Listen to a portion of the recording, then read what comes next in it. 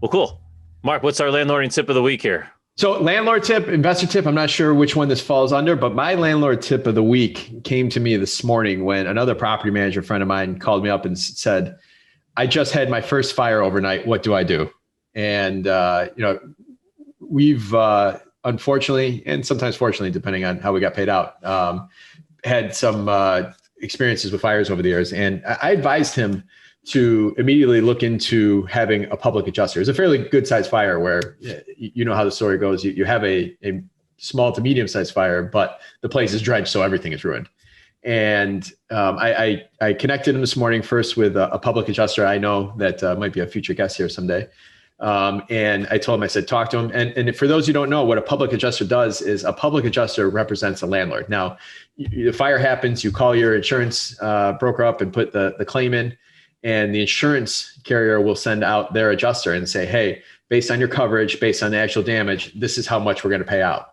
Now, what a public adjuster does is he represents your best interest in trying to get you the most amount you can. Not to say insurance companies are out to scam you or skim off the top, but they'll help you maximize what your payout will be for that claim. And how they're priced is they usually charge a percentage of what the claim is. So a lot of times it ranges in that, call it 5 to 10% range, but on a couple $100,000 claim, if they're getting you another $30,000 more and it's only costing you having to cut them a small piece of that, then that's a huge value.